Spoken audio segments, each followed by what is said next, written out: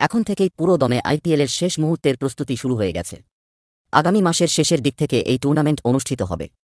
তার আগেই ফ্র্যাঞ্চাইজিগুলির তারকা ক্রিকেটারদের প্রাপ্যতা নিয়ে বিভিন্ন রকম খবর সামনে আসছে। এবার দিল্লি ক্যাপিটালসের অন্যতম ক্রিকেটার ঋষভ পান্থের বিষয়ে একাধিক তথ্য পাওয়া গেল। ভারতের অন্যতম উইকেটকিপার ব্যাটসম্যান ঋষভ পান্থ 2022 সালে মারাত্মক গাড়ি দুর্ঘটনার মধ্যে পড়েন। তারপর থেকে তিনি জাতীয় ক্রিকেট একাডেমিতে সম্পূর্ণ সুস্থ হয়ে ওঠার জন্য সমস্ত রকম পর্যবেক্ষণের মধ্যে দিয়ে যাচ্ছেন। অন্যদিকে সম্প্রতি পান্থ সক্রিয়ভাবে বেঙ্গালুরুর কাছে আলুরে একটি প্রস্তুতিমূলক ম্যাচে অংশগ্রহণ করেন।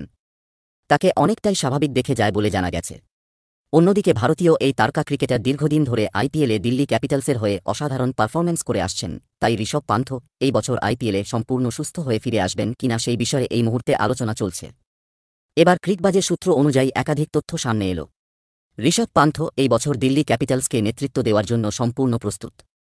তিনি ব্যাট হাতেও দলের হয়ে গুরুত্বপূর্ণ ভূমিকা পালন করবেন। তবে পান্থ এই বছর আইপিএলে উইকেটকিপিং করবেন না। এর ফলে এখন থেকেই দলটি একজন উইকেটকিপার ব্যাটসম্যানকে তৈরি করছে।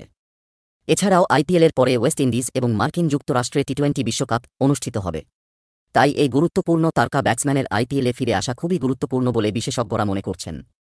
পান্থ এখনও পর্যন্ত আইপিএলে 98 ম্যাচে মোট 2838 রান করেছেন।